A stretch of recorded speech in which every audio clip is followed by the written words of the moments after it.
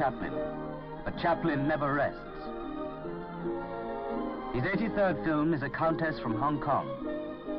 To star, Chaplin chose Sophia Loren.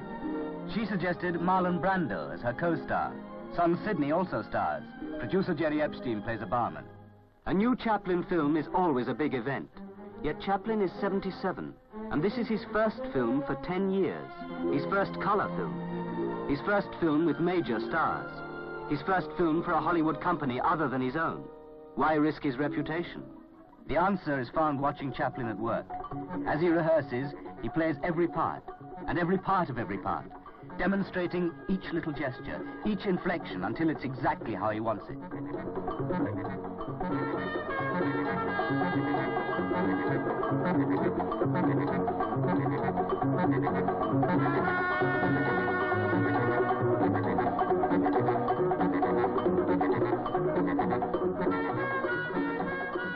Even simple objects take on a life of their own at his touch.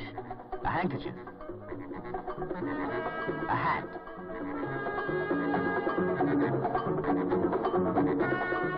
A gammy leg.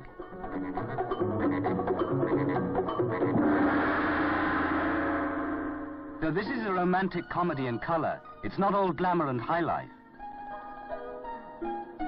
There's a sleazy dance hall where countesses seem to be two a penny, and beauty is not to be had for the asking.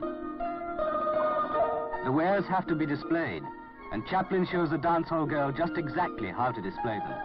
With some success, it seems, to judge by this sailor's carefully coached reactions.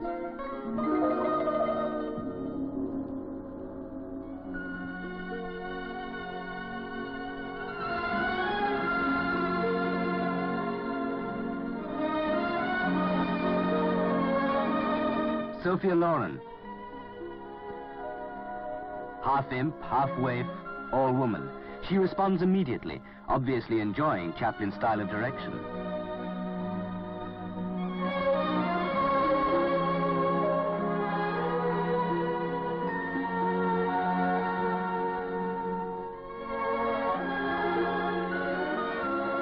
Chaplin's films have always had a strong romantic theme, and Sophia is a typical Chaplin heroine.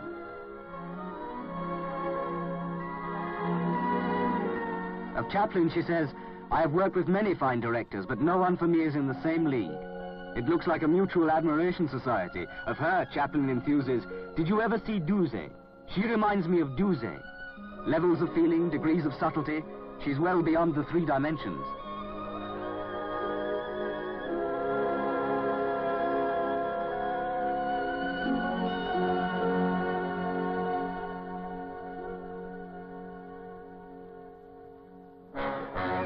Brando, young lion of Hollywood. From time to time, sparks fly. But Chaplin soon gets his complete confidence and respect.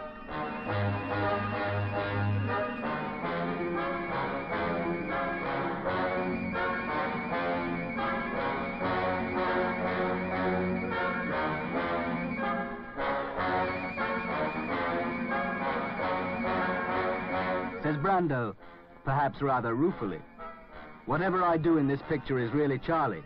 Plotting, moving, talking. He says whether I tug my ear or fold my arms or cross my legs. It's a great relief to work with a man who makes all the decisions. I just do what he tells me." Sidney gets a few helpful hints from father.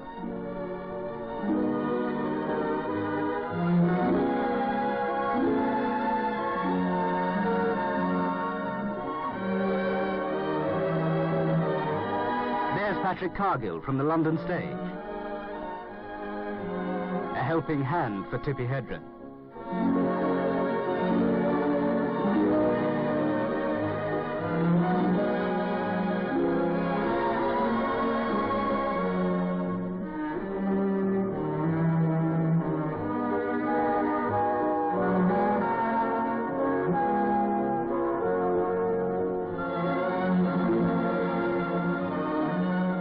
Margaret Rutherford, a more restful approach.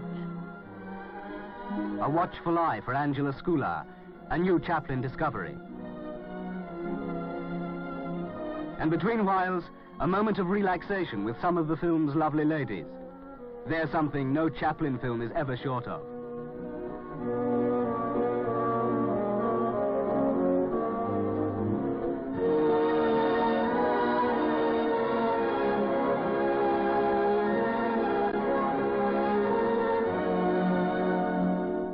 Not content with remaining behind the camera, Chaplin has given himself a small part in the film.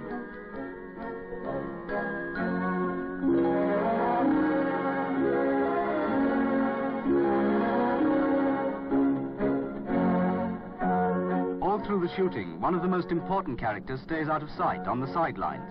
Chaplin's wife, Una. His younger children, too, he likes to have around him. Christopher, Annette, Josie, and Vicky. Eugene. All come when they can to watch father at work.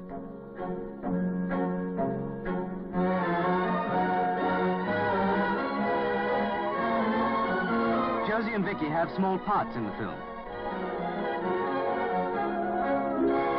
So does elder sister Geraldine. Little Christopher isn't in the film, but that doesn't prevent him from getting into the act.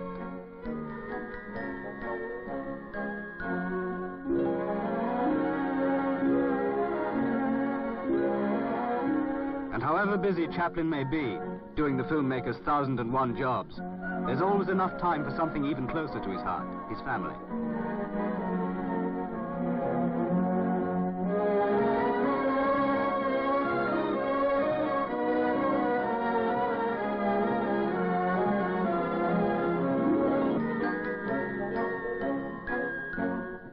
At last, shooting nears its end.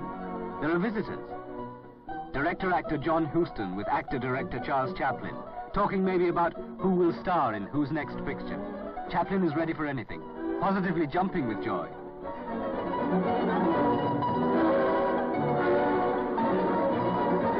And on his 77th birthday, a surprise. A great big cake. And watched by Tippi Hedren's daughter Melanie, Chaplin finds another excuse for comedy.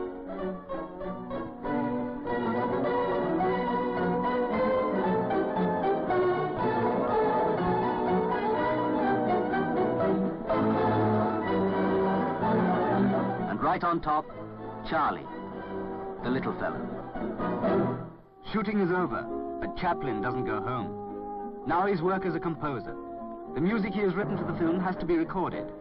For 5 hard days, each piece is rehearsed and refined until it satisfies even Chaplin.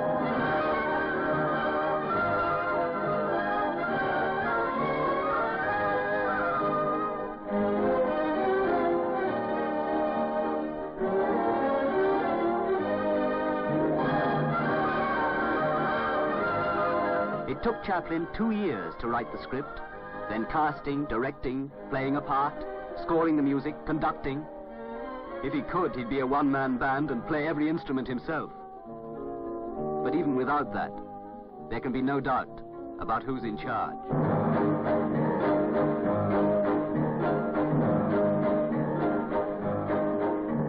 The stars have gone, the crew, the musicians, everyone. Or almost everyone. But someone has to sweep up the debris. As Chaplin says, I'll always go on working. It's my salvation.